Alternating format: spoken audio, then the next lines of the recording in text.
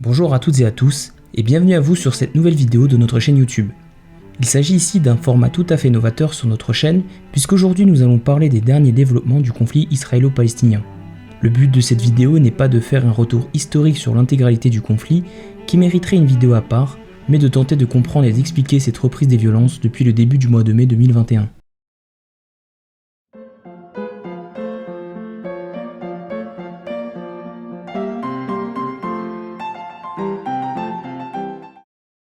« 5 mai 2021, Sheikh Jarrah, Jérusalem-Est. Les tensions dans ce quartier palestinien de Jérusalem sont très vives depuis que la police israélienne a renforcé sa présence afin d'appliquer la décision de la Cour suprême israélienne de déloger des familles palestiniennes. Dans la nuit du 5 au 6 mai, de violents heurts entre forces de sécurité israéliennes et palestiniens éclatent, faisant au moins 6 blessés dont 2 graves côté palestinien. La situation se tend encore plus dans la ville 3 fois sainte, lorsque des Israéliens appartenant à l'extrême droite déclarent vouloir prendre d'assaut la mosquée Al-Aqsa, troisième lieu le plus important dans l'islam après la Mecque et Médine. Le 9 mai, des affrontements particulièrement violents éclatent sur l'esplanade des mosquées. Les images vont par ailleurs faire le tour du monde lorsque la police israélienne ira jusqu'à lancer des grenades lacrymogènes et assourdissantes au sein même de la mosquée où étaient retranchés fidèles et émeutiers. Les différentes factions palestiniennes encouragent alors les Palestiniens résidant en Cisjordanie et en Israël à protester et manifester contre ces violences. À la fin de la journée, le Croissant Rouge palestinien fait état de près de 300 blessés côté palestinien, quand les forces de sécurité israéliennes en dénombrent au moins une vingtaine. Alors que les appels au calme au sein de la communauté internationale se multiplient, la journée du 10 mai est encore plus violente. Dès la prière du matin, des milliers de Palestiniens affrontent la police israélienne, les poussant à évacuer les nombreux juifs présents en contrebas à proximité du mur des lamentations. Cette journée est d'autant plus symbolique car il s'agit du jour du drapeau, où de nombreux Israéliens célèbrent la prise de Jérusalem lors de la guerre des 6 jours en 1967. Il faut savoir qu'Israéliens et Palestiniens estiment tous deux que Jérusalem est une et indivisible, et qu'elle est la capitale de leurs peuples respectifs. Le partage de la ville est donc source de très vives tensions entre les deux populations. De nombreux incidents vont émailler cette journée. On verra notamment un automobiliste israélien écraser un Palestinien après que celui-ci ait perdu le contrôle de son véhicule sous des jets de pierre. Les affrontements vont s'étendre à de nombreuses villes de Cisjordanie, mais aussi en Israël, comme à Lod et Nazareth. Dans le même temps, les factions palestiniennes dans la bande de Gaza, dont le Hamas et le djihad islamique, menacent de frapper les environs de Jérusalem si les violences à l'encontre des pèlerins musulmans ne cessent pas et demandent à ce que les évictions des familles palestiniennes de Sheikh Jarrah prennent fin. Les menaces ne sont pas prises au sérieux et une dizaine de roquettes sont tirées en direction de Jérusalem, une quarantaine sur les localités voisines de la bande de Gaza. C'est le début d'une grave escalade.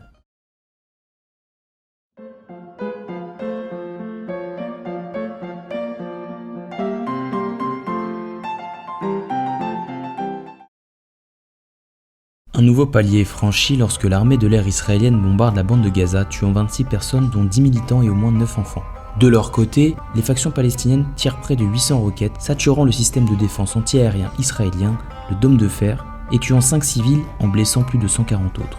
Tel Aviv est ainsi visé par le Hamas et le djihad islamique, une première depuis 2012 faisant craindre un embrasement total dans tout le sud du pays. La région n'avait pas connu une escalade militaire d'une telle violence depuis plus de 7 ans et le conflit de 51 jours à l'été 2014.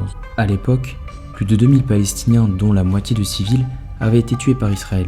Du côté israélien, on dénombrait alors 66 soldats tués ainsi que 6 civils, laissant un paysage de désolation dans de nombreuses villes de la bande de Gaza. À la suite de ces tirs de roquettes, l'armée israélienne déclenche l'opération Gardien des Murs avec pour principal objectif le retour au calme à la fois à la frontière avec la bande de Gaza, mais aussi à l'intérieur même du territoire israélien.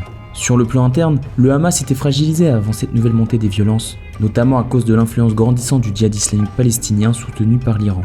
De plus, le groupe islamiste est jugé trop clément vis-à-vis d'Israël par de nombreuses petites factions salafistes proches d'Al-Qaïda et de Daesh. De son côté, Benyamin Netanyahou n'est guère dans une meilleure posture. L'homme fort de la droite israélienne est sur une pente glissante et sa présence au pouvoir de plus en plus contestée par une partie de la société israélienne. La gauche l'estime corrompu et avide de pouvoir, quand l'extrême droite très religieuse le juge trop conciliant à l'égard des Palestiniens. De plus, les nombreuses élections législatives israéliennes ces 2 dernières années montrent l'impasse démocratique dans laquelle se trouve le pays.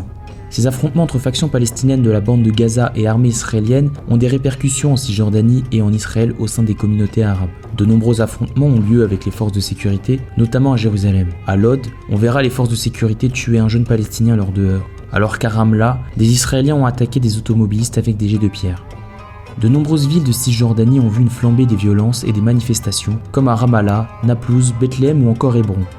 Ces événements ne sont pas sans rappeler les deux intifadas. La première eut lieu de 1987 à 1993 et fut notamment marquée par la création du Hamas en 1987.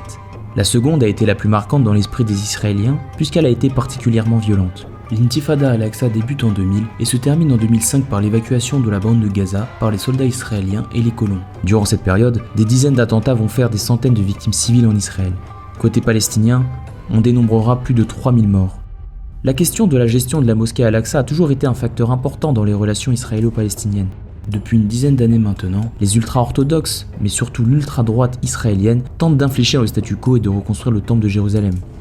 Ces revendications sont utilisées par les factions palestiniennes afin de mobiliser les populations de Cisjordanie et de la bande de Gaza autour d'une cause commune, bien qu'évidemment les idéologies politiques soient toujours derrière de tels discours.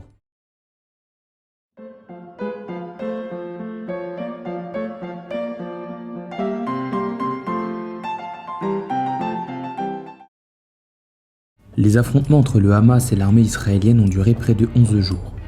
Pendant cette période, plus de 260 Palestiniens ont été tués, dont plus de la moitié sont des civils, contre 12 civils israéliens. Plus de 4300 roquettes ont été tirées sur Israël, une première en un laps de temps aussi court dans toute l'histoire militaire israélienne. De son côté, l'aviation israélienne a multiplié les sorties aériennes, frappant plus d'1 millier de cibles au cœur de la bande de Gaza. Cette énième guerre, ponctuée d'un cessez-le-feu, a provoqué de nombreuses réactions à travers l'Occident, mais a également mobilisé les foules dans le monde arabe. Souvent délaissée, la question palestinienne est venue se replacer sur le devant de la scène au Proche-Orient. Pourtant, alors que les deux camps revendiquent la victoire, force est de constater qu'aucun des objectifs fixés par les belligérants n'a été atteint. Seule la destruction massive d'infrastructures et les dommages psychologiques infligés aux populations des deux camps prédominent. Le Hamas semble s'être placé comme le défenseur de la cause palestinienne au sein de la population de Cisjordanie, aux dépens d'un Fatah vieillissant et dépassé, à l'image de son dirigeant Mahmoud Abbas. De plus, Yahya Sinwar, dirigeant du bureau politique du Hamas, a affirmé que les capacités militaires de son organisation n'avaient pas été aussi affaiblies que ce qu'Israël déclare, remerciant par ailleurs l'Iran et le Hezbollah pour leur aide tout au long du conflit. En Israël, Netanyahou, de par son hésitation à envahir militairement la bande de Gaza, s'est aliéné une partie de la droite dure. Des négociations sont actuellement menées par Naftali Bennett, député de la Nouvelle Droite, et Yair Lapid, député de Yesh Atid, afin de former un nouveau gouvernement et prendre la succession de Netanyahou.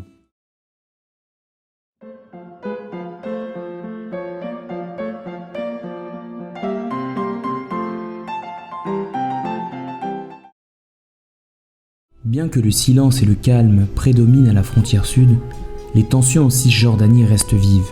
Les questions de l'esplanade des mosquées et des évictions des familles palestiniennes de certains quartiers de Jérusalem comme Sheikh Jarrah et Silwan, qui avaient mis le feu aux poudres, ne sont toujours pas réglées.